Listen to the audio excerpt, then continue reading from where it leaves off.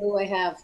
So we did, Lorenzi, I think you touched on all the teenage behavior, like how to handle, how to be friendly without them taking advantage of the freedom we provide. What do we do with that one? Like you want to be, and there was another question in the Channel. QA chat box was how to avoid conditional parenting and get your teenagers to do their activities. I think the both are like somewhat interconnected. Yeah. So basically, what unconditional parenting is a lot of times when we ask parents, what is it that you want for your kid, right? When we ask parents, when we ask, what is it that we want for our kids? Most of the time, it's things like, I want them to be balanced, I want them to be well adjusted, I want them to be happy. Those are the things that actually parents want, right? But often, we place so much emphasis on grades and performance and winning that we kind of lose the larger picture because we are so focused on that grade report that shows up every week to our inbox, right? So basically, in unconditional parenting, the bottom line is, you put relationship first. Your biggest job is to have a strong, healthy, open relationship with our child. So we put our relationship first and we don't let anything jeopardize that.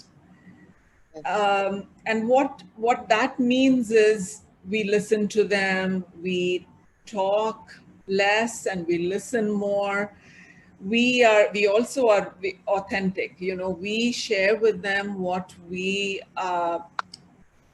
experience. A lot of times kids don't even know. A lot of times kids, when I ask the kids, what do the parents do? Many don't know the details of parents' work. Mm-hmm. Because it's all, everyone is only consumed by their own personal thing, right? But in order to even have a relationship, we have to share. So we have to be authentic and we have to be real. And then we love unconditionally. The word unconditionally is we don't love because of good grades or good friends or good winning a swim meet or winning a tennis match or anything. We repeatedly let them know that we love you regardless of whatever grade you bring home. And sometimes even after you work hard, bad grades come, but guess what? You will be okay. You will be fine. I know you will be fine. And when we give them that reassurance, actually the child will work.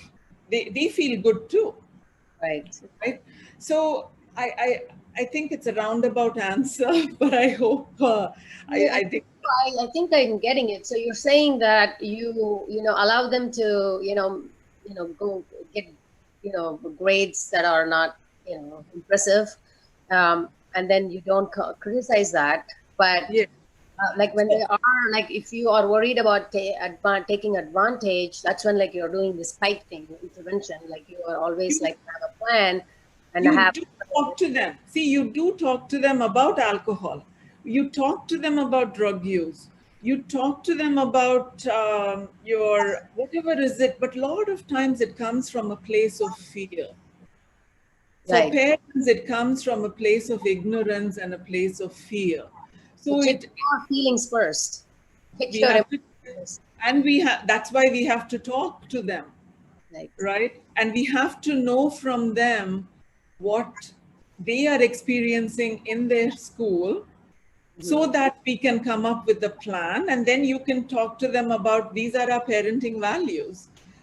But we have to be open to listening to what they have to say. Okay. You know. Yeah. Okay. Well, thanks, And Lorenzi. if I can add to that, it's so important to understand, depending on how many generations have already existed in the States, right? So you know, if you're first generation coming to the States and your child is first generation American, they're adapting to this culture that's completely different from yours. And so just being mindful that for them, life is way different than maybe what it is for you. And so it's very important to understand that the way that they're going to assimilate things is going to be different. Or, you know, I know with my older child, I'd send her to school, and in my house, we had certain rules and certain things that I was protecting her from, send her to school, and she would be exposed to all these different things, right? And so now I'm having to have conversations with her at an earlier age than what I was expecting to have those conversations. Even when we talk about development and what the best time for each thing is that we might bring up these subjects, sometimes they're being exposed to these situations or these different subjects at an earlier age or just in a different time that we thought. So just being mindful to have, like everyone's already said, just that flexibility. We're not all perfect. If we look at our own lives as parents, we're not perfect. We've failed many of the times. And so the same passion. Parenting is a test. Like, you know, we are, going through, it's nobody, we are all not perfect. We are not forever parents. Like, we are also doing parenting for the first time. We don't have training, right?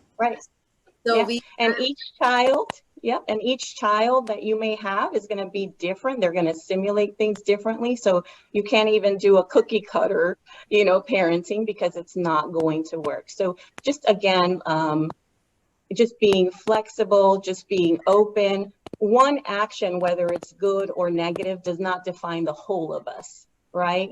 So we want to give that space to our kids and the future generations to be able to know that they have a support, that we are there for them so that they can come to us at any time when they fail, when they don't fail, when they did something good, when they didn't. And of course, I'm just reiterating what was already said, but then that compassion and that mercy that we can have for them. Just remember when you were their age, what were your parents like?